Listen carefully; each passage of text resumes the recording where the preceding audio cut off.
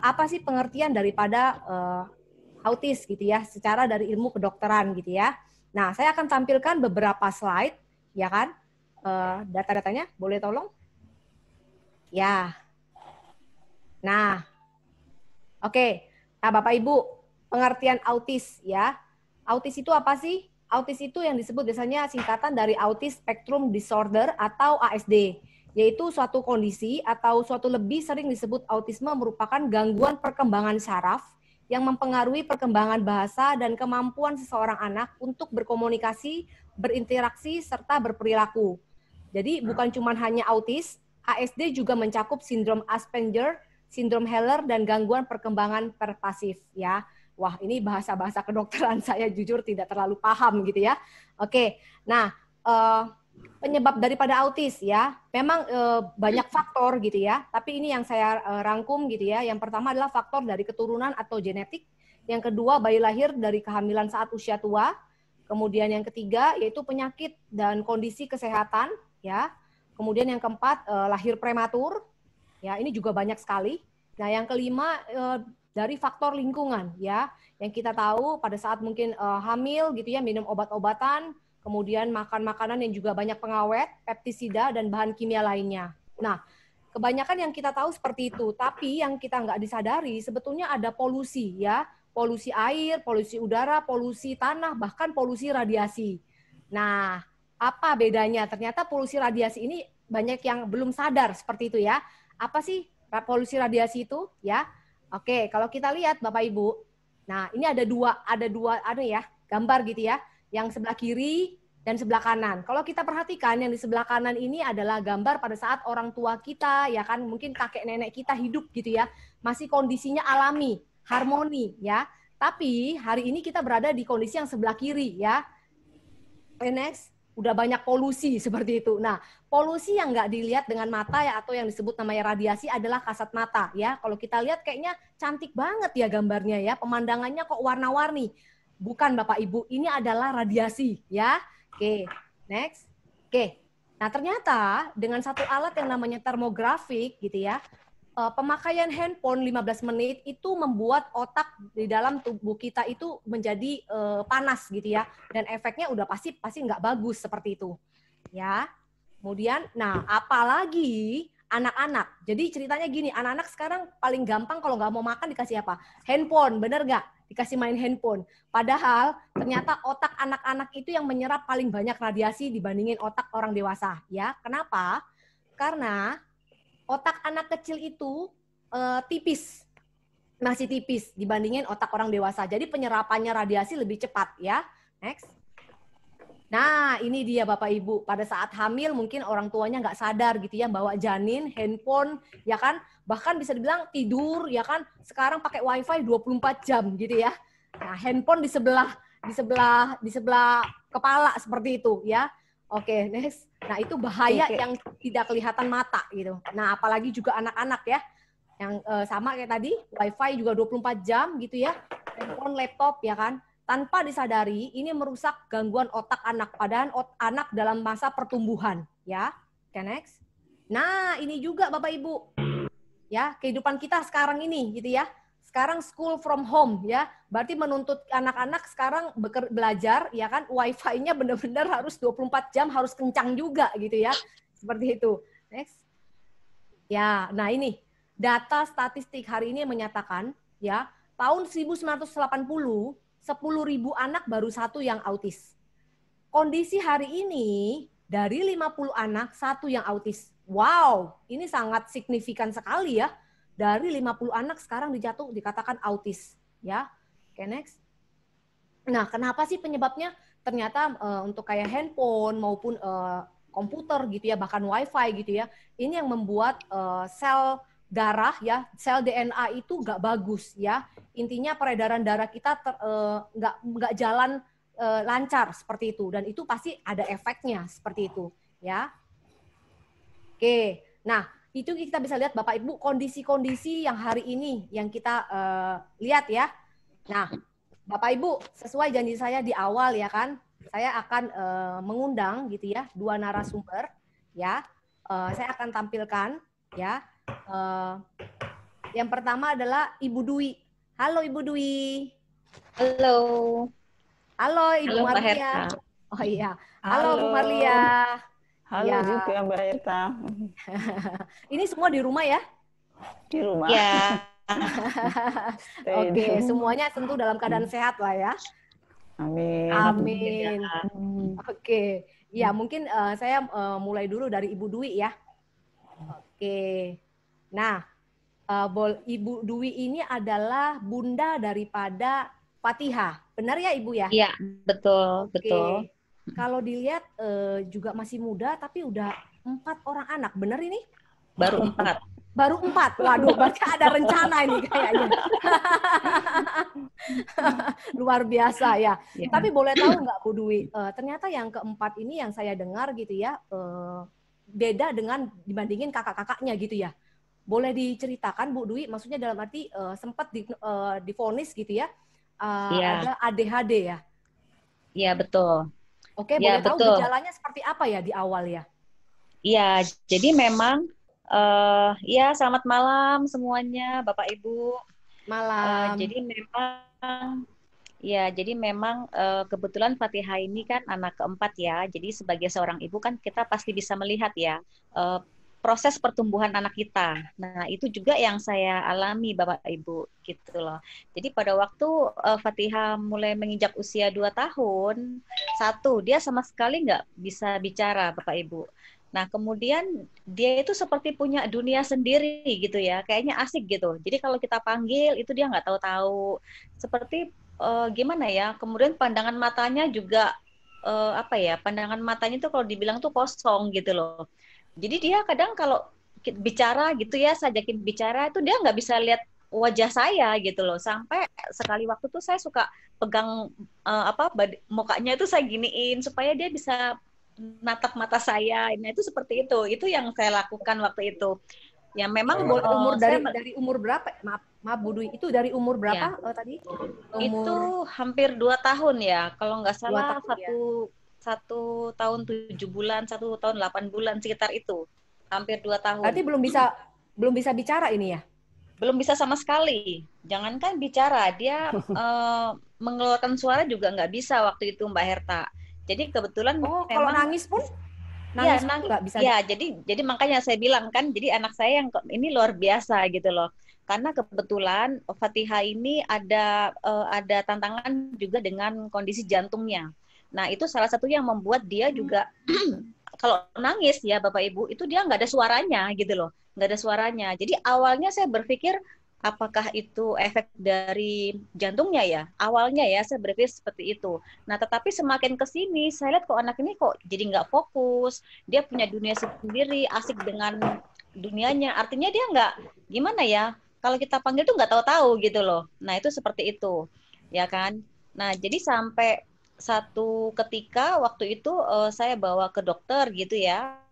Pas memang lagi jadi kan kita setiap bulan itu kan memang ada kontrol gitu ya. Nah, waktu saya bawa Fatihah ke dokter, nah di situ gitu loh, baru juga dokternya juga bilang waktu itu, kan biasa ya kalau kita berobat itu kan biasanya anak-anak suruh dipanggil, kemudian disuruh duduk, suruh tidur ke tempat tidur ya seperti itu. Nah, dia itu waktu itu kan dia asik gitu dengan mainannya, dia cuek-cuek aja, walaupun disuruh apa tuh dia nggak ngerti gitu ya. Nah, sampai dokternya itu mengatakan waktu itu sama saya bahwa saya harus bawa Fatihah ini ke dokter tumbuh kembang anak gitu ya. Karena kalau saya melihat ini mulai mengarah ke autis Bu, ADHD, katanya seperti itu. Karena dia melihat, nah di situ semakin mengkonfirmkan saya. Jadi apa yang selama ini saya pikirkan, nah hari itu ya saya dapat jawabannya gitu. Nah itu pastinya seperti itu, Mbak Erka. Tentunya shock juga dong ya pada saat dokter. Bukan shock lagi. Jujur waktu itu saya nangis, saya sempat nangis di ruang dokter itu gitu loh. Karena gini, saya mikir, aduh, apalagi ya? Artinya gini ya, saya dengan diberi jantung yang artinya belum tumbuh sempurna, kemudian dokternya juga mengatakan seperti itu kayak apa ya? Saya banyak lah yang waktu itu saya pikirkan gitu loh. Ya sedih banget, udah pasti ya. Nah, tetapi ya itu yang saya alami waktu itu. Ya.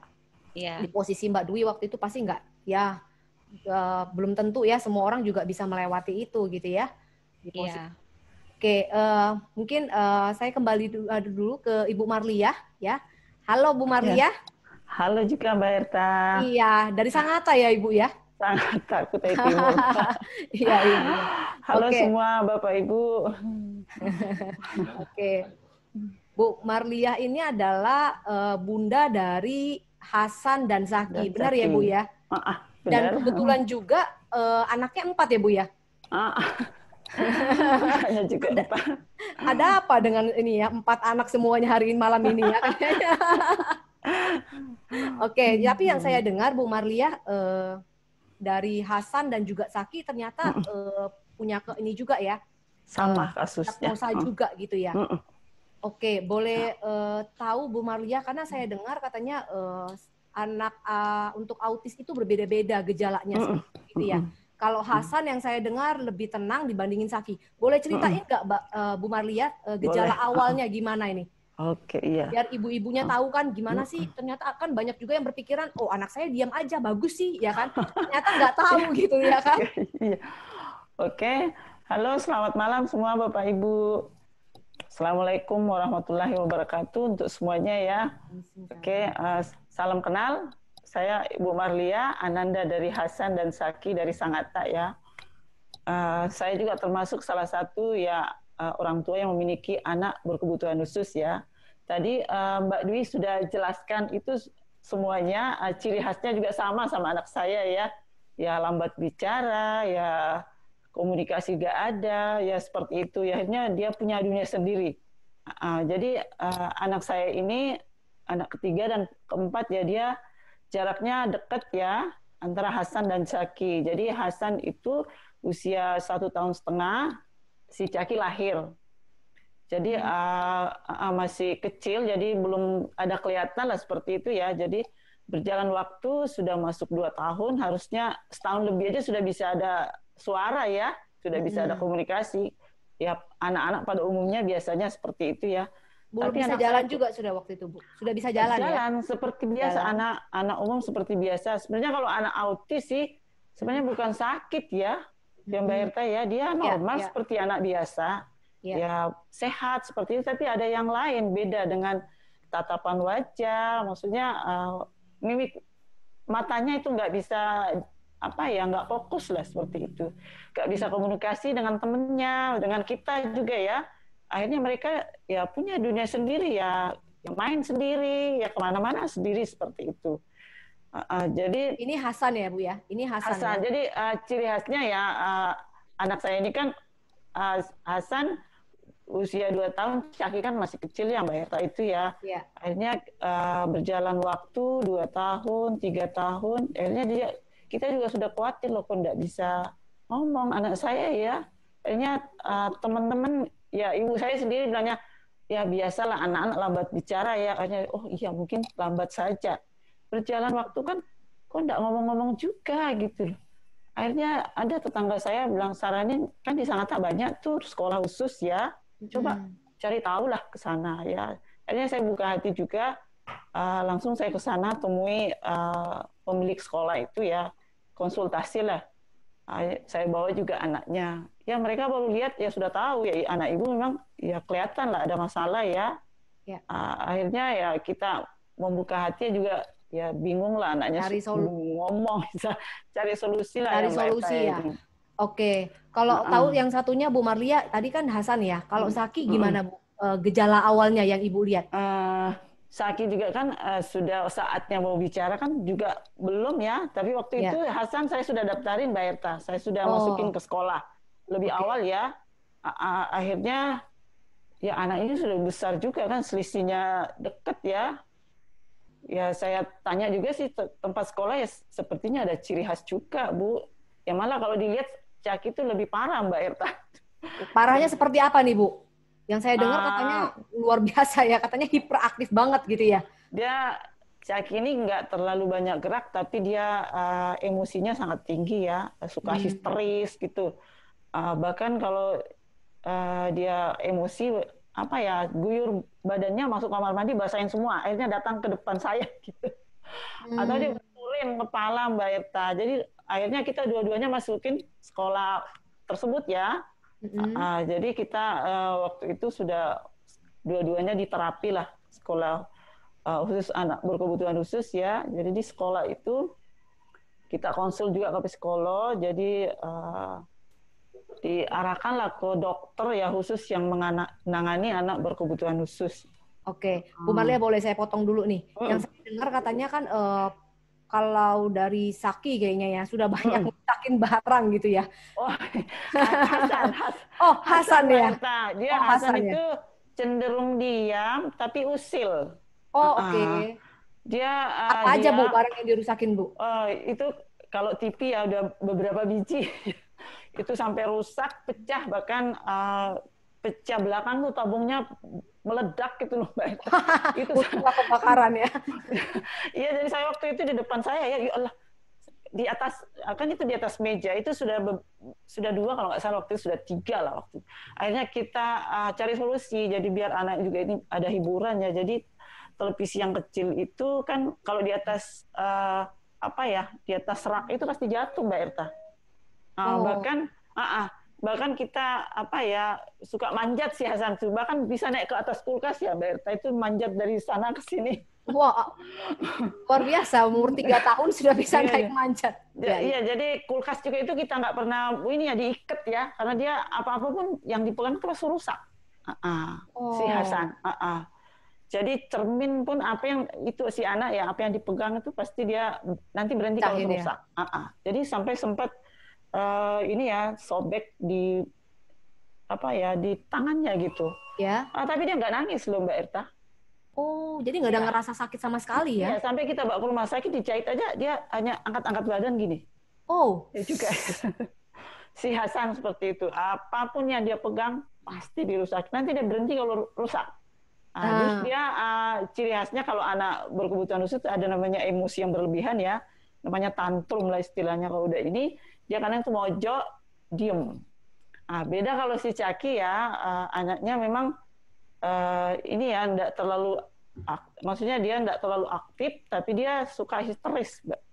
Kalau dia emosi, maksudnya gini, anak ABK itu kan enggak bisa, dia punya dunia sendiri ya, enggak bisa komunikasi dengan kita. Kadang dia mau minta sesuatu, kita enggak ngerti apa yang dia minta. Terus apa? Terus dia sudah lama dia minta seperti kan dia langsung marah gitu, histeris. Jadi kadang banting pintu, bahkan dia teriak histeris. Mungkin gang-gang ke atas sampai dengar ya kalau tetangga. Berarti tetangga juga bisa ada Bu ya? Sudah berarti tahu mungkin semua. Tetangga sudah tahu semua. Berarti kebanyakan Bu Marlia ini di rumah dong ya, nggak berani bawa anak-anak kemana-mana ya? Bisa Mbak, pintu aja bergerendel beberapa. Jadi kalau pintu itu ada 3 gerendel ya, ada rantai-rantainya di gerendel di atas. Pakai paku lagi yang paling ujung itu biar nggak bisa buka. Jadi celah sedikit aja itu bisa dia lompat lari, Mbak. Wah, luar biasa. Jadi kita itu siap siaga ya, maksudnya siap lari. Jadi kita siap kejar. Dan anak ABK itu ya kuat begadang, Mbak Irta ya, sampai jauh malam gitu. Terus, jadi bahkan Hasan itu juga pernah hilang ya. Itu hilangnya maksudnya di mana Bu hilangnya Bu? Kalau di Sangatta itu sudah pernah 2 kali sih ya. Kalau di Sangatta itu masih bisa diantar orang temennya datang ke rumah ya. Waktu itu dia hilang di Samarinda Mbak. Kami bertamu ya ke rumah keluarga. Saking asik saya pikir kakaknya jaga seperti itu. Akhirnya ya nggak berapa menit langsung. Terus saya tanya kakaknya mana adik? Lu adik ada di atas kata. Lu enggak dicari kok enggak ada. Jadi sampai kalau masih ingat itu langsung badan saya kayak keringat tinggi, Mbak. Jadi kita itu terpencar itu daerah padat ya di depan sekitar Islamic Center ya. Kita bertamu saat itu baru kali pertama ke rumah keluarga langsung anak itu entah kemana gitu. Jadi kita langsung berpencar cari, aduh rasanya gimana ya, sampai berjam-jam belum ketemu, sampai suami saya itu sampai masuk ke masjid, dan saya itu rasanya yang nginjek tanah itu sudah nggak ada rasa, Mbak Herta ya, ingat si anak ini seperti ini. Ya, apalagi belum bisa ngomong kan ya Bu ya? Pasti kalau ditanya. belum tahu apa-apa. Jadi sampai suami saya itu sudah jauh lah tinggalkan rumah cari ya, karena kita nggak kenal orang di situ ya, rumah padat kayak gitu. Jadi sampai suami saya itu masuk ke masjid berdoa lah, ya Allah kalau anakku kalau ini berilah anak saya ya, kalau memang ya manalah yang terbaik gitu. Sampai saya dalam hati waktu itu sudah berjam-jam ya, saya hanya begini, ya Allah kalau kamu memang ambil, karena di sekitar situ sungai Mbak Erta ya, sungai, saya bilang kalau dia memang hanyut ya, kalau saya ini lihat anak itu ya nggak apa-apa, tapi kalau diambil orang itu saya nggak rela gitu loh, nggak rela ya, karena dia nggak bisa apa-apain Mbak. Akhirnya waktu itu suami saya masuk masjid dan berdoa, akhirnya dia ke depan ya, ke jalanan itu ya, sudah ada di seberang jalan yang 2 jalur itu Mbak. Waktu ketemu bapak itu langsung lompat, dia pegang kakinya gitu, mungkin dia ketemu bapakku kali ya, karena nggak bicara ya Mbak. Jadi bapak yang di situ ngomong, dari tadi saya tanya, saya bilang, iya Pak, anak saya memang nggak bisa bicara. Gitu. Itulah kisah-kisahnya si anak-anak yang biasa banget ya, perjuangan Bu Marlia gitu ya. Saya dulu Bu, saya ke Ibu Dwi dulu gitu ya. Oke, Bu Dwi kalau boleh tahu kan tadi kan sudah divonis ya sama dokter gitu ya, bahwa harus ke dokter tumbuh kembang anak gitu ya. Berarti tanda kutip kan berarti untuk anak-anak ada yang kebutuhan khusus gitu ya. Iya, betul. Setelah tahu itu apa yang dilakukan oleh Bu Dwi? Iya, jadi kebetulan memang waktu itu kan saya langsung mengenal media yang namanya Alpha Meta dan Alpha Spin, Mbak Herta. Nah, di situ saya lihat gitu ya, saya sempat pelajari juga, kemudian di situ saya lihat kok ternyata banyak juga ya anak-anak autis, anak-anak yang berkebutuhan khusus itu terbantu dari media itu gitu loh. Nah, jadi saya waktu itu berpikirnya ya udah bisa jadi ini bisa jadi satu solusi buat saya gitu loh. Jadi boleh tahu medianya kayak apa, saya hanya pakai. Kenapa? Boleh tahu medianya seperti apa? Iya, itu namanya Alpha Spin. Ini bentuknya seperti ini Mbak Erta. Ini kebetulan saya pakai. Nah, ini seperti ini bentuknya, ya kan? Nah, ini kebetulan dibilang kan kalau di yang saya lihat waktu itu saya lihat dari YouTube gitu ya. Kebetulan saya lihat ada satu video. Nah, di situ ada anak, kalau nggak salah waktu itu videonya Rian yang saya tonton waktu itu ya. Nah, Rian waktu itu dibilang dengan jangka waktu 3 tahun, dari yang tadinya autisnya tuh parahan, dia nggak fokus, segala macam gitu. Nah, tetapi setelah memakai media ini, itu dia terjadi pemulihan. Artinya Rian ini jadi fokus. Nah, seperti itu. Jadi saya hanya melihat, oh iya ya, kalau dia bisa, ya saya berdoa dong. Bener nggak namanya orang tua ya? Saya berharap, nah ini juga bisa ngebantu untuk anak saya gitu loh. Nah itu yang saya lakukan waktu itu langsung Mbak Herta. Jadi memang saya langsung pasang medan kuantum ini di kamar saya gitu ya. Saya pasang di kamarnya dia. Kemudian saya juga center setiap malam itu di bagian atas kepalanya itu saya center, ya kan? Dan air minumnya juga saya kasih dari air yang dimasukin Alpha Spin ini. Nah, itu yang saya lakukan waktu itu gitu loh. Nah, yang luar biasa gini Mbak Herta, kan ada juga yang namanya Alpha Meta tuh, makanan sel. Nah, waktu itu saya ganti susunya anak saya. Kalau itu dari luar, ini dari dalam ya Bu ya? Iya, iya. Jadi kan saya sempat baca juga memang gitu loh, untuk anak yang berkebutuhan khusus itu kalau konsumsi susu katanya nggak boleh, ya kan? Karena efeknya nggak bagus. Nah, itu seperti itu. Tapi kan nggak mungkin saya nggak kasih anak saya susu waktu itu, ya kan? Yeah. Nah, akhirnya saya mencari tahu nih, gitu loh. Apa yang kira-kira makanan yang bisa saya kasih ke anak saya, tetapi itu bisa ngebantu, artinya untuk supaya dia punya badannya itu bisa bagus, tetap bagus walaupun nggak konsumsi susu, ya kan? Nah, waktu itu saya ketemulah dengan Alpha Meta, ya kan? Nah, ini ada. Nah, ini seperti ini. Nah, Alpha Meta. Nah, waktu itu saya langsung kasih Mbak Herta, karena saya tahu, saya lihat ini makanan sel, ya dibilang ini makanan sel, memperbaiki sel, ya kan. Nah, akhirnya saya cobain ke anak saya. Memang di awal nggak mudah juga Mbak Herta. Tadinya saya campur gitu ya ke susunya, ya kan. Jadi awalnya saya campur, saya kasih sedikit aja, setengah sendok aja saya kasih.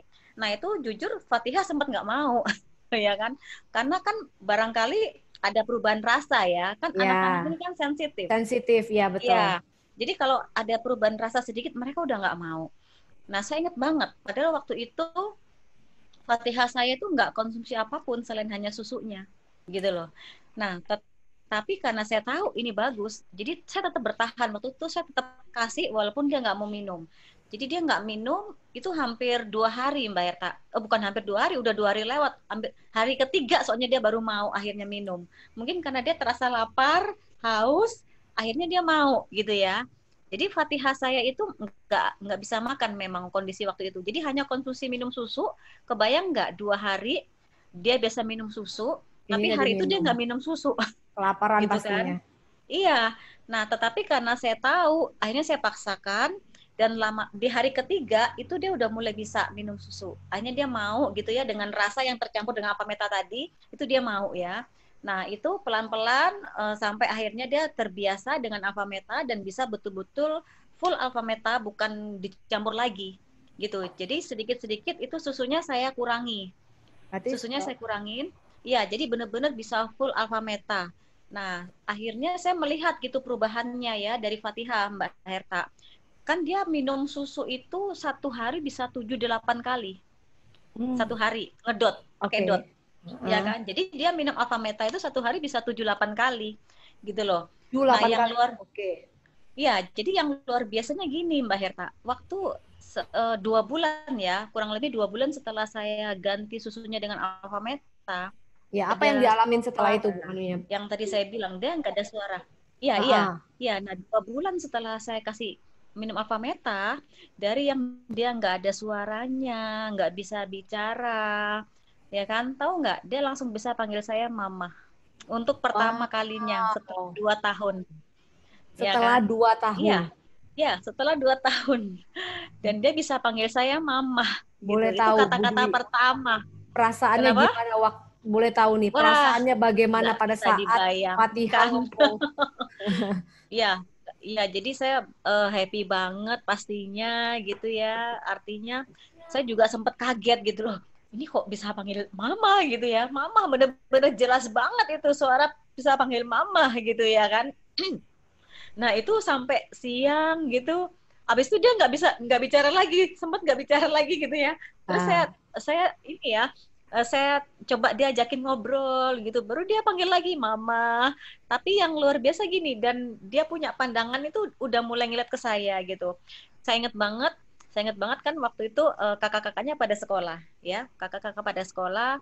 Nah ini kan apa ya? Ini saya tuh excited banget hari itu gitu loh, seneng banget lah berarti gitu hari ya. itu hari Nah yang itu saya paling panggil, ah, iya iya iya. Buat saya itu hari yang bersejarah iya. ya kan. Ya mungkin kalau buat ibu-ibu itu hal yang biasa ya.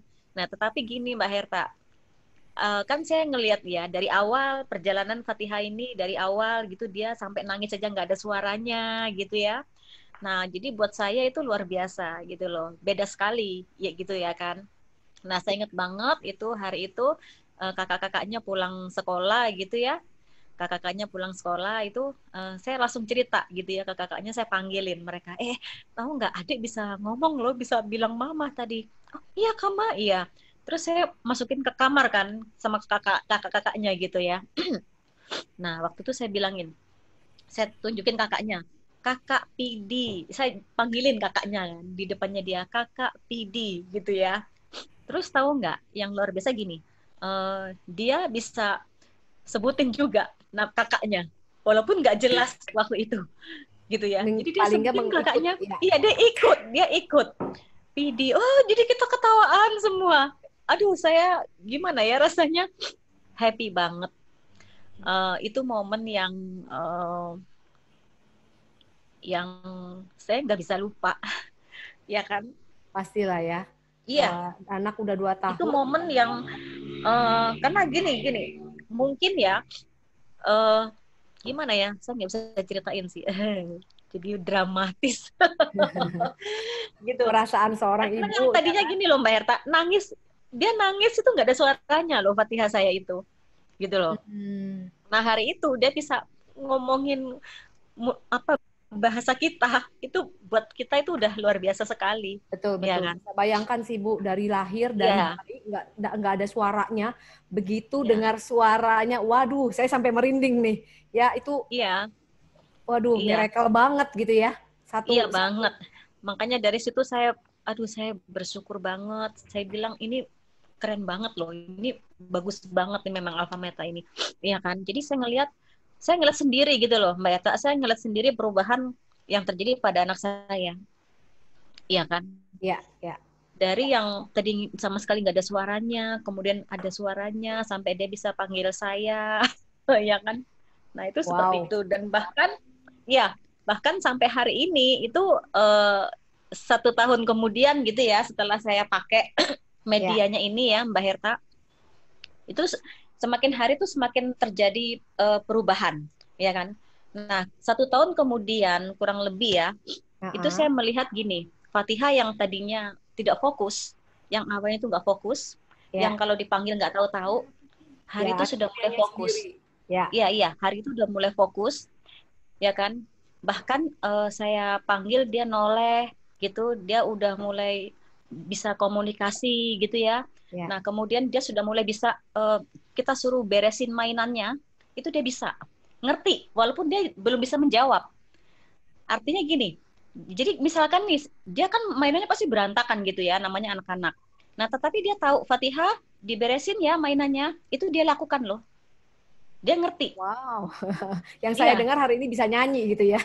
Iya, betul. Bisa banget. Kan hari ini udah bisa nyanyi, udah ya bisa kan? Nyanyi, ya. Iya, ini saya ada videonya nih, kalau mau ini ya kan.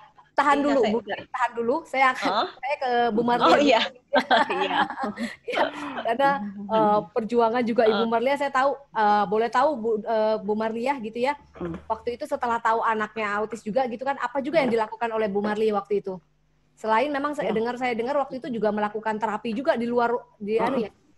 Kan kita waktu itu sudah mulai diterapi ya. Iya. Di sekolah terapi kita waktu itu saya minta apa sih untuk pencegahan apa untuk anak-anak. Terus di sekolah itu disaranin kita apa? Hindari makanan, minuman instan. Maksudnya iya. Nah, ini bagus banget Bu Marlia, karena banyak orang yang nggak paham, ya kan? Merasa dalam arti anak-anak autis itu normal dari segi makanan mereka bebasin aja. Ternyata enggak ya Bu Marlia ya? Enggak. Jadi saya 3 ya ke dokter juga yang memang khusus menangani anak berkebutuhan khusus itu sama juga disaranin jangan dikasih. Karena banyak yang merasa, aduh kasihan anaknya nggak bisa makan ini itu gitu loh Bu Marlia. Harus tega. Jadi di dokter, teganya yang positif gitu ya. Iya. Di dokter, di sekolah terapi, dan bahkan juga saya ketemu ahli terapis yang memang penyembuhan alami juga ya, juga sama disaranin seperti itu. Jaga makanan, harus dikasih yang alami. Jadi itu saya ikuti ya, karena saya jangkanya lama ya, masuk sekolah terapi, waktu itu masih saya seperti biasalah, hanya menghindari makanan itu. Jadi misalnya ayam potong saya tuh nggak kasih. Itu sudah mulai ya kita nggak kasih, diganti ya dengan ayam kampung. Jadi seperti gula pasir tuh jangan sama sekali, nggak boleh. Dokter itu jangan kalau gula pasir gitu. Akhirnya kita cari penggantinya ya, perasa pemanis yang alami. Jadi saya pakai madu, termasuk juga gula merah. Jadi itu saya pakai semuanya ya. Termasuk seperti telur, jadi saya kasih telur bebek Mbak Herta gitu. Ya saya berusaha yang gimana ya, anak 2 seperti ini, ya lihat tingkahnya anak saya itu luar biasa ya. Jadi pola makan termasuk salah satunya, juga saya kasih, kita buatkan ramuan ya dari tumbuh-tumbuhan ya. Saya ketemu juga salah satu ahli ramuan, termasuk juga kami bekam loh anak saya ya. Itu waktu masih di terapi, dan bersyukur berjalan waktu ya, alhamdulillah itu tahun 2012 ya. Ini 2012, oke. 2012 saya masih ingat. Ya memang kita cari semua yang alami ya. Itu termasuk yang pemilik rumah terapi itu yang langsung kenalkan ke kita. Berarti Alpha Meta ini alami ya Bu Marlia ya? Dia alami banget ya, dia bilang ini alami, dia dari kulit ari beras merah ya, dia ukurannya kecil, waktu saya ingat ya, mikromolekul, jadi dia langsung diserap oleh sel, itu makanan sel. Ya saya boleh tahu maksudnya begitu Bu Marliah dengar yang tadi disebut namanya kayak alfa meta makanan sehat itu kenapa langsung connect gitu loh Bu Marliah? Langsung nggak pikir panjang, langsung oke, saya mau deh gitu loh. Kan banyak ibu yang mikir-mikir. Nah itu kan sudah kita sebenarnya kuncinya sudah ada dikasih ya, dari dokter juga saranin cari yang alami, dari sekolah terapi juga harus dijaga, dari yang banyak sih saya juga baca buku ya, cari tahu ya apa yang untuk anak berkebutuhan khusus, yaitu yang alami gitu loh. Jadi saya nggak berpikir langsung oke, saya beli. Akhirnya saya kasih ke anak ya. Ini anak saya 2 ya, yang satu senang, yang satu nggak senang. Si Hasan tuh suka banget. Terus si Cak itu dia dikit pun dia terasa ya. Jadi dia ya gimana caranya ya, saya sebagai ibunya ya cari pola gimana caranya dia harus minum. Lah di antara 2 anak ini yang senang ya pasti ada efek ya Mbak Erta ya. Itu dia ada kelihatan, maksudnya agak tenang. Di sekolah terapi juga dibilang kok agak beda ya. Karena dia setelah berapa lama itu boleh tahu Bu Marliah waktu konsumsi alfa meta itu? 3 bulan kayaknya ya. 3 bulan ya? 3 bulan sudah kelihatan Hasan. Tapi tahulah si Caki tetap dia minum, tapi dia nggak semaksimal seperti Hasan ya. Tapi tetap saya berusaha gimana caranya. Jadi saya tetap kasih dia lewat dikasih perasa. Jadi alhamdulillah juga dia konsumsi. Jadi berjalan waktu. Berarti Bu Marliah ini cari pola ya, bagaimana anak nggak suka pun tetap dikasih caranya gimana gitu ya, perjuangan seorang ibu gitu ya. Tetap yang paling itu ya saya diet ya, saya disiplin diet makanan tadi ya Mbak Erta ya, itu masuk ke dalam dapur saya itu memang benar-benar sudah saya jaga. Pokoknya yang berusaha kita carilah, minimalisir lah istilahnya ya. Kalau jalan seperti minuman soda itu jangan sama sekali ya, nggak boleh. Seperti es krim itu nggak boleh. Jadi itu anak saya itu memang awalnya berat ya, karena sebelumnya kan sudah terbiasa ya Mbak Erta ya. Tapi saya harus tega. Ya kalau biasanya orang tua yang lain ya kasihan katanya, biasanya teman-teman yang lain seperti itu ya. Ya kalau saya harus betul-betul harus disiplin. Terus saya konsisten betul ini ya, berjangka lama ya kami konsumsi Mbak Erta ini ya. Iya, dari tahun 2012 sampai 2014 itu nggak pernah berhenti ya, tetap saya kasih. Satu hari berapa kali Bu Marliah? Kalau Hasan tetap ya 3 kali ya, Caki juga tetap 3 kali, tapi ya tahulah dia memang ya beda ya. Akhirnya juga beda hasilnya Mbak Erta ya. Kalau Hasan itu agak cepat, juga dia masuk sekolah umum juga walaupun nggak bicara lancar ya, tapi sudah agak bagus gitu loh. Istilahnya kalau di sekolah itu kan usia ya, akhirnya masuk sekolah juga, sekolah umum. Jadi istilahnya kalau di sekolah si anak saya itu gurunya udah ngerti ya, Hasan tawab katanya. Saya bilang, gimana Hasan Bu? Bu gurunya ya, Hasan tawab, saya keliling Mbak Erta di sekolah dari kelas ke kelas gitu. Jadi gurunya udah ngerti Mbak, anaknya memang berkebutuhan ya. Berjalan waktu 2014 ini launching ya. Terus saya buka hati juga ya, demi anak ya, apapun kita berusaha ya Bapak Ibu ya. Betul. Awalnya juga pertama ya waktu itu kan belum ada namanya ini ya, karena baru launching ya Mbak Erta ya. Tapi bersyukur saya ada mentor saya yang betul-betul mensupport saya ya, ngajak ke Surabaya. Lah tadi itu testimoni juga si Rian ya, ibunya Rian ya, sama Mbak Ibu Dwi ya. Dwi tadi ya. Itu juga menginspirasi sekali. Salah satu dia itu yang mensupport kita lah. Dia juga waktu itu awal juga pertama dia ya apa salahnya kita coba. Ya saya juga seperti akhirnya pulang dari Surabaya itu saya bermimpi lah harus beli yang ini ya. Ya berusaha. Berarti Bu Marliah sampai Belani berjuang keluar kota untuk cari solusinya juga ya Bu ya? Itu mendengarkan kesaksian termasuk penemunya waktu itu kalau nggak salah juga ada ya, dijelasin ini apa Alpaspin. Paling tidak kita itu tahu lah ya apa manfaatnya. Ya kita berusaha, orang tua ya siapapun ya, apalagi saya anak 2 Mbak Erta ya. Satu aja seperti apa, saya 2 yang apa-apa aja sudah dirusak semuanya. Itulah Mbak Erta. Oke, berarti setelah tahu itu menerapinya ya Bu ya? Berarti dari sembari memang dokter, ya kan, waktu itu Iya. secara ini ya terapi ya, dilakukan juga dari rumah, dibantu sama Alpha Meta sama Alphaspin juga gitu ya. Tetap saya ya? masih terapi di sekolah khusus. Oke. Juga sudah mulai masuk sekolah umum ya. Tetap anak saya juga saya masukin sekolah. Mereka masih pendamping. Waktu itu kan masih ini ya, Alpha Meta ya, belum terlalu ini ya. Tapi setelah kita kombinasikan pemakaian ini ya, saya buka hati waktu itu beli untuk dipasang kuantum, dipasang dalam rumah lah Mbak Erta ya. Jadi gimana caranya saya harus beli seperti itu. Jadi saya kalau pasang. Boleh tahu, Bu Marlia sudah punya berapa banyak Bu? Kalau Alphaspin ya, saya di rumah kan pasang kuantum 2 area ya. Ya. Jadi waktu itu kita mulai pasang kuantum, terus karena Alphaspin ini bekerja juga lewat air ya, saya masukin untuk air minum, dan ini bekerja lewat air. Asisten saya di dapur ya Bapak Ibu ya, menemani saya masak. Istilahnya maksudnya menemani saya masak itu semua yang kita masak kan mesti dicuci ya. Jadi semua yang ini dicuci, berasnya dicuci, sayurnya dicuci, ya seperti itulah Mbak Eta. Jadi 2014 akhir kami sudah mulai kuantum itu istilahnya pasang ya, konsisten di air minum dikasih. Jadi 2015 awal itu si Caki ya, itu langsung bisa bicara. Sebelumnya nggak ada sama sekali keluarkan suara ya, Mbak ya. Sampai suami saya itu kaget ya di teras, loh kok ngomong gitu loh. Dia ngomong, dia bisa membaca. Kenapa bisa membaca ya Bapak Ibu ya, bisa baca ya, karena sebelumnya kan diterapi setiap hari ya.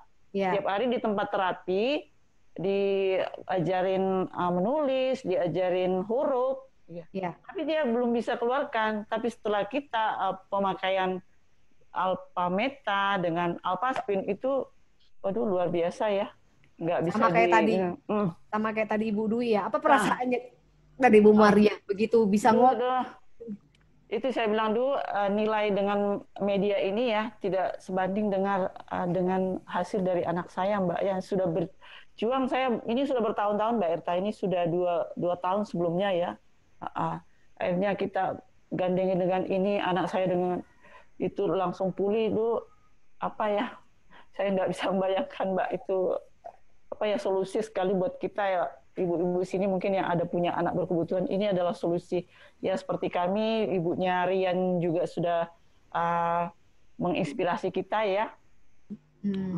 Boleh lihat nggak Bu Marlia cara untuk pemakaiannya, aplikasinya biasanya bagaimana untuk Alpha Meta ataupun misalnya untuk Alphaspin-nya gitu. Jadi mungkin Bapak Ibu yang ada di sini mungkin punya kebutuhan khusus biar tahu juga gitu ya. Apa sih yang dilakukan Bu Marlia sehari-hari untuk cara menanganinya? Boleh untuk kuantum ya Bapak Ibu ya, kita pasang ya. Oke. Ini di dalam rumah, ini di area saya ruangan belakang kami dominan di sini ya. Ini kami pasang satu sudut sini. Ini Bapak Ibu ya. Oh itu dua ya Bu, bukan satu. Ini dua. Ini tumpuk ya. Ini lebih maksimal lagi kalau dua ya. Iya, dia waktu itu kita juga ikut training sama penemunya ya. Kita belajar langsung ya. Kalau dua itu beda hasilnya Bapak Ibu. Ini lagi satu. Ya. Ini ruangan belakang ya. Oke, saya bawa ke sana. Ini ada di balik kamar ya. Ini area yang suka mereka main di sini ya Bu ya Maria ya. Iya. Aduh, maaf. Nggak apa-apa. Ini ada di sudut ini tempat tidurnya ya. Oke. Ya. Saya tarik aja ke sini. Jadi modelnya kayak dipagarin gitu ya Bu Marlia ya? Iya.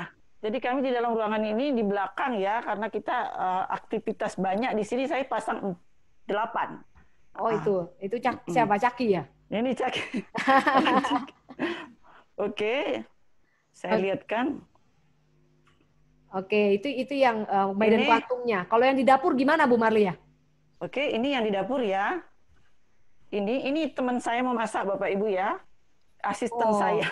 Asisten. Oke. Gambarnya belum. Oh. Oke, ini nah. Kok sampai? Ini. Jadi kalau masak Bapak Ibu ya, ini semua yang kita masak harus disuling ya. Seperti ini ya.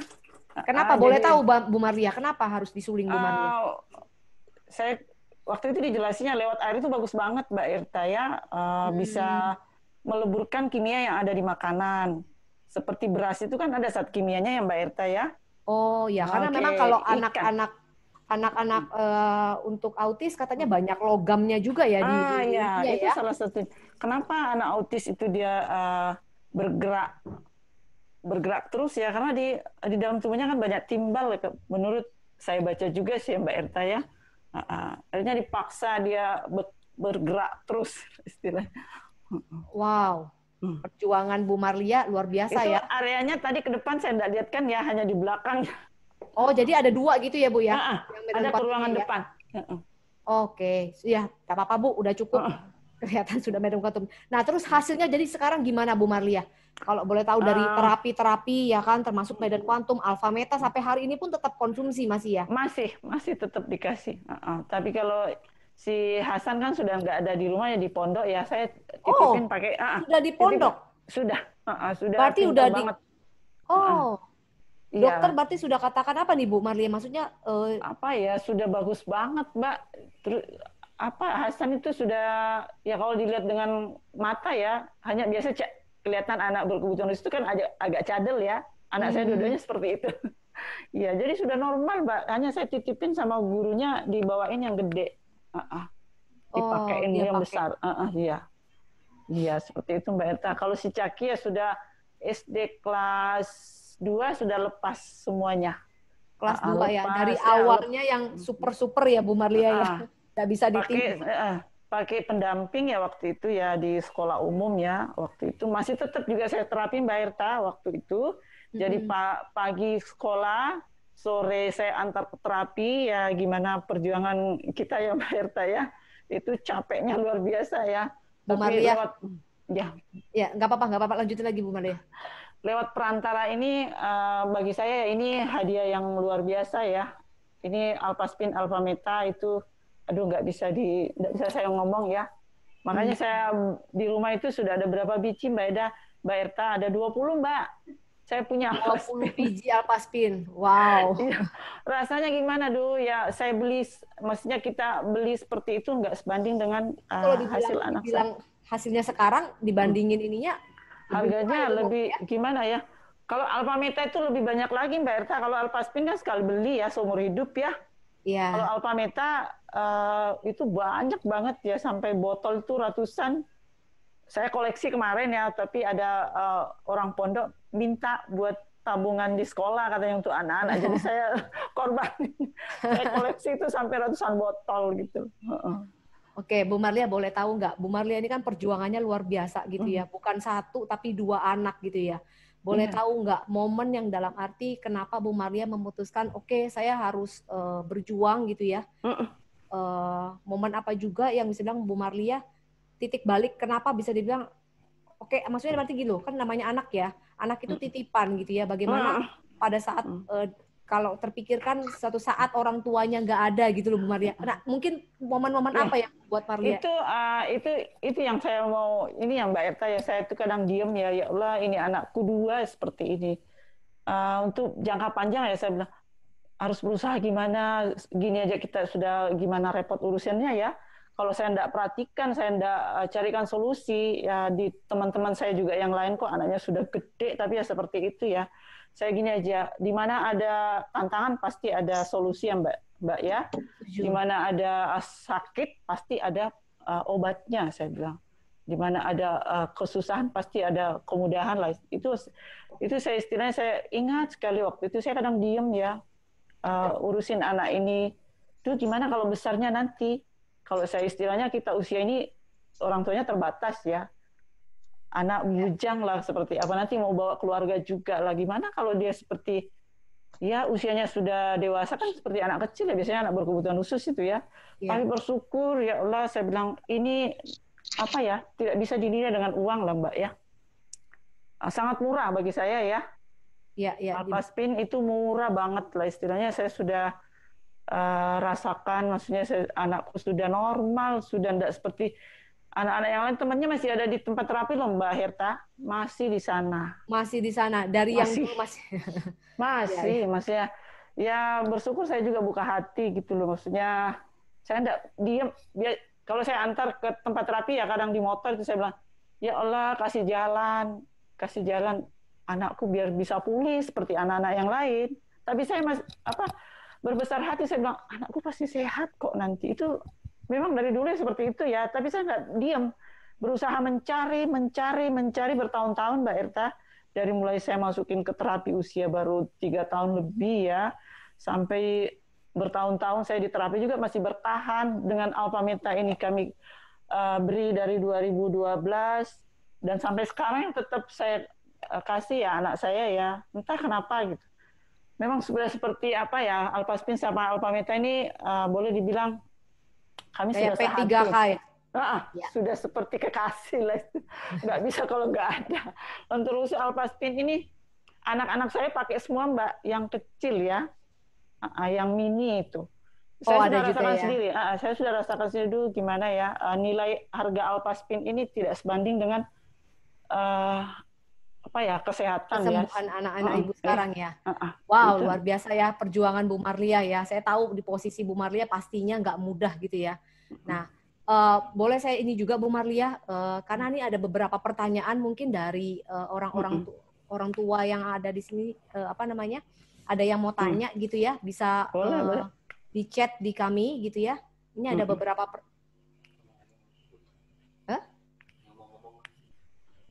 ya, ini sembari nanti mungkin kalau ada pertanyaan nanti bisa ditanya bisa ditanyakan ke Bu Dwi sama mungkin Bu Marlia gitu ya. Boleh. Ya, ini sembari kalau misalnya ada yang mau tanya silakan ya, bisa di chat di sini ya, ditanya gitu ya. Nah, saya kembali lagi ke Bu Dwi. Ya, tadi yang saya potong gitu ya. Oke, boleh tahu sekarang perkembangannya Fatihah gimana Ibu Dwi? Ya, kalau saya bersyukur banget juga, sama lah ya seperti halnya tadi Ibu Marlia, udah banyak sekali yang perubahan yang saya juga lihat gitu ya ke anak saya Fatihah ini ya. Hari ini dia sudah, kalau saya bilang dia sudah normal, sudah seperti anak normal lah ya, udah bisa bicara, sudah dua arah gitu ya. Jadi kalau kita ajakin bicara tuh dia udah mulai menatap mata kita, ya kan? Diajakin komunikasi udah bisa seperti itu. Disuruh-suruh juga udah ngerti, ya udah bisa nyanyi juga, ya kan? Nah itu seperti itu. Boleh dikasih lihat gimana sekarang kalau dia nyanyi? Ya, ini ada saya simpenin videonya ya. Ya. Sebentar.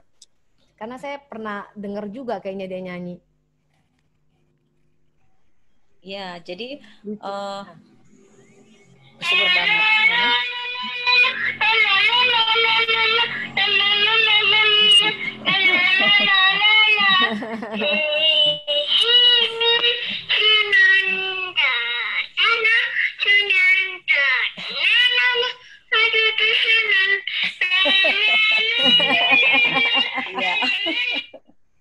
Wow, happy sekali ya dengan dia bisa nyanyi gitu ya. Ya, walaupun suaranya masih nggak jelas ya, tapi buat saya itu udah, bersyukur banget. Iya, dari yang nggak ada suara. Iya. Dari yang nggak ada suara, sekarang udah seperti ini. Wow, luar biasa. Dari yang nggak ada suaranya, ya kan. Jadi, saya sangat bersyukur banget ya kenal dengan media ini, benar-benar ngebantu banget ya kan. Dan saya juga kasih juga ke anak-anak saya, ke semua anak-anak saya juga pakai ya kan. Dan memang semenjak kita pakai media ini ya Mbak Herta, itu kita udah hampir-hampir nggak pernah ke dokter. Udah 3 tahun ini kita nggak pernah ke dokter. Jadi daya tahan tubuhnya juga bagus ya. Saya ingat banget itu terlebih Fatihah gitu ya, daya tahan tubuhnya bagus banget. Pernah dulu satu waktu kakaknya kan pulang dari pondok gitu kena cacar ya, itu Fatihah nggak kena. Karena dari dulu sudah dikasih Alpha Meta ya, jadi untuk daya imunnya lebih bagus gitu ya. Jadi kalau saya bilang Fatihah ini anak Alpha Meta. Oke. Ya, kan? Ya. Bagaimana kok Bu Marlia sekarang Untuk dari Hasan dan juga Zaki. Oh, sehat sekali ya Mbak ya. Ya. Sudah, dokter sudah mengatakan apa nih Bu Marlia? Kalau saya dengar katanya udah 99% ya Bu Marlia itu ya. Itu sudah normal Mbak ya. Iya betul. Sudah normal, sudah bisa disuruh-suruh Bu Marlia ya. Tadi katanya udah beli bisa. ya? Caki itu kan dari rumah kan pasar deket ya. Kita suruh beli tomat, dicatat dia ke pasar sendiri si Caki. Kalau Hasan mah sudah pinter banget Mbak, sudah masuk ke pondok ya. Caki sudah bahkan pernah pulang dari sekolah jalan loh. Iya, dan untuk sehatnya ya kami dengan mengenal media ini boleh dibilang kami sudah tidak bersentuhan lagi dengan medis ya, udah lama banget, boleh dibilang udah puluhan tahun Mbak ya. Wow. Karena sebelumnya kita juga kita belajar tentang yang alami ya, jadi bersyukur dengan ketemu Alpaspin, Alpameta itu tambah klop banget ya. Jadi salah satunya juga suami saya ya, jantung ya. Istilahnya lewat perantara ini suami saya sehat Mbak sekarang. Oh ternyata bisa juga ya Bu Marlia ya? Bisa untuk jantung juga ya? Oh iya benar, kayak Bu Dwi tadi kan anaknya juga ada salah satu tantangannya dengan jantung ya. Bahkan suami saya sebenarnya bukan suami yang kita kasih, bukan suami ya, itu diabai lah istilahnya ya, hanya untuk khusus anak. Tapi ternyata suami saya malah yang sehat. Sebelumnya memang sudah divonis jantung dari 2007 Mbak, ya sudah rutin ke dokter, bahkan sudah pernah dikirim ke Jakarta ya. Bahkan dokter aja kaget loh, kok katupnya bersih. Padahal itu ya kalau ini mau dipasang cincin katanya ya. Tanpa kita sadari ya, dengan konsumsi air Alpaspin setiap hari di rumah, ya asisten saya di dapur pakai Alpaspin, Alpameta kita rutin konsumsi, lah kita jaga pola makan juga tadi itu ya. Dan alhamdulillah kami tidak lagi bersentuhan dengan medis. Itu kalau di rumah mungkin saya bilang sudah 12 tahun kali Mbak ya. Dan untuk pilek itu sama sekali nggak ada ya. Oh sama ya, daya tubuhnya juga bagus. Berarti hitungannya udah murah banget Ibu. Bu Marlia, untuk terapi anak juga suami terbantu juga gitu ya. Oke, Bu Marlia ini ada pertanyaan ini dari Pak Sugeng gitu ya. Apa perbedaan sebelum dan setelah usia 5 tahun? Apalagi setelah akil balik katanya. Nah, siapa yang mau jawab nih? Kayaknya Bu Marlia bisa jawab. Karena anaknya kan cowok gitu ya. Cowok, iya. Iya, Bu Marlia. Soalnya anak saya juga baru 4 tahun. Hasan kan sudah balik ya. Kalau Caki kan belum. Ya sebelumnya tahu anak berkebutuhan ini seperti apa ya. Dengan perantara media ini kami pola makan diperbaiki. Setelah konsumsi Alpameta, kita kuantum di rumah. Alhamdulillah itu sudah kalau kita lihat mata ya, anak saya itu nggak ada lagi kayak ciri-ciri anak autis, nggak ada sama sekali. Dia normal Mbak. Yang dulunya memang kita waktu itu ya tatapan wajahnya, mukanya tuh beda Mbak. Dulu waktu sebelum kita ketemu media ini ya, terkhusus Alpaspin ya, itu beda banget. Matanya tuh tajam. Si Hasan sama Caki ya, emosinya labil gitu. Setelah kita pakai kuantum itu langsung berubah Mbak, karena kami pakai Alpaspin itu hanya 3 bulan saja ya. 3 bulan. 3 bulan langsung kelihatan. Anak saya ngomong pelan-pelan itu sudah mulai bagus semuanya. Berlanjut terus bagus, nggak ada ini ya. Mungkin itu saja. Oke, ya jadi kalau saya bisa menarik kesimpulan ya, Ibu Dwi sama Ibu Marlia gitu ya. Jadi pada saat memang di awal ya kan yang menjadi penentu itu pasti orang tuanya, benar ya? Karena anak-anak kan nggak ngerti ya dia di posisi seperti itu, benar ya? Berarti yang sebagai kesembuhan untuk anak itu yang ditentukan oleh orang tuanya juga, benar nggak Bapak Ibu?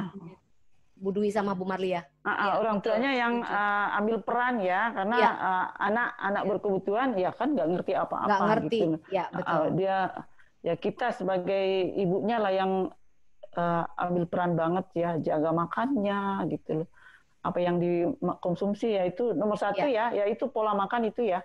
Kalau saya sih pribadi ya, karena saya memang disiplin Mbak Erta itu. Itu sama dikasih. Saya saya orangnya tega, maksudnya dalam hal tega tapi tega ini, yang positif gitu ya. Diganti dengan yang lebih baik lah. Yang lebih bagus, iya, makanan sel tadi alfa meta ya. Oke, yang kedua adalah kalau saya lihat juga dari tadi tetap menjaga pola makan gitu ya, tetap juga melakukan terapi gitu ya. Dalam arti mungkin nggak apa-apa kalau ada yang terapi misalnya mau di luar ya kan, mungkin secara dari segi kedokteran gitu ya. Tapi paling banyak yang dilakukan di rumah juga bisa dilakukan dengan terapi alpaspin karena waktunya paling banyak kan di rumah gitu ya, 7 kali 24 jam gitu ya. Bisa terapikan juga di rumah. Nah, mungkin itu dari saya. Mungkin ada pesan dari Ibu Dwi dan Ibu Marliah gitu ya. Kesan-kesannya buat ibu-ibu yang di sini mungkin lagi ada tahap berjuang ya kan, tahap untuk kesembuhan anaknya gitu ya. Mungkin ada pesan-pesan dari Ibu Dwi dan Bu Marliah? Iya, ya Mbak Erta. Jadi memang buat ibu-ibu, para orang tua di luar sana yang barangkali saat ini ya dikaruniai, istilahnya diberi titipan anak yang kalau saya bilang anak spesial. Anak yang mempunyai kebutuhan khusus ini bisa dibilang sebenarnya anak spesial. Hanya saja kita memang belum menemukan. Kita harus temukan spesial anak tersebut, benar nggak? Nah, artinya apa yang sudah Allah titipkan ini kan memang harus kita jaga, ya. Jadi beri yang terbaik buat mereka, ya kan? Beri yang terbaik apapun yang kita bisa lakukan, itu kasih buat mereka untuk saat ini, gitu loh. Oke, karena kita tidak pernah tahu, ya kan, bagaimana nanti masa depan mereka. Kalau misalkan dari sekarang kita tidak bisa memutuskan dan kita tidak kasih yang terbaik buat mereka, gitu loh. Artinya, kalau misalkan memang media ini bisa membantu, ya hanya lakukan saja. Karena banyak sekali yang membuktikan memang ini sangat ngebantu, gitu loh, khususnya untuk anak-anak yang autis ini, ya kan. Nah, kalau saya berpikirnya seperti ini, Mbak Herta. Mungkin saat ini kita masih ada, kita masih bisa take care mereka, gitu loh. Tapi bayangkan nanti ke depannya, ya kan, kalau kita sudah nggak ada, even punya saudara, even ada keluarga, ada kakak, ya toh seperti itu, gitu loh. Nah, artinya apa yang kita putuskan hari ini itu sangat berpengaruh ke kehidupan anak ini nanti di saat mereka sudah dewasa. Jadi kalau saya bilang ya memang kita harus kasih mereka yang terbaik, ya kan? Itu sih dari saya, Mbak Erta. Kalau dari pesan dari Bu Marliah? Sama ya, anak itu adalah aset buat kita ya Bapak Ibu ya. Apalagi kalau misalnya Bapak Ibu ada di sini yang dikaruniai anak seperti ini, kita tinggal buka hati mencari solusi. Yang terbaik lah buat anak gitu. Satu kuncinya buka hati aja Bapak Ibu ya, terkhusus media ini lewat perantara ini ya bisa membantu, bukan bisa membantu, sangat membantu ya Bapak Ibu ya. Kuncinya buka hati aja. Anak aset untuk kedepannya Bapak Ibu ya. Mungkin itu aja Mbak Erta. Ya. Intinya Bapak Ibu yang mungkin ada di forum ini ya, benar sekali ya kan, harus buka hati ya kan. Siapa tahu ini bisa menjadi satu jalan, satu solusi, satu harapan gitu ya bagi orang tua yang mungkin hari ini lagi berjuang ya. Oke, mungkin sampai sini dulu acara kami gitu ya. Sampai ketemu lagi nanti di acara-acara selanjutnya. Oke, mungkin sampai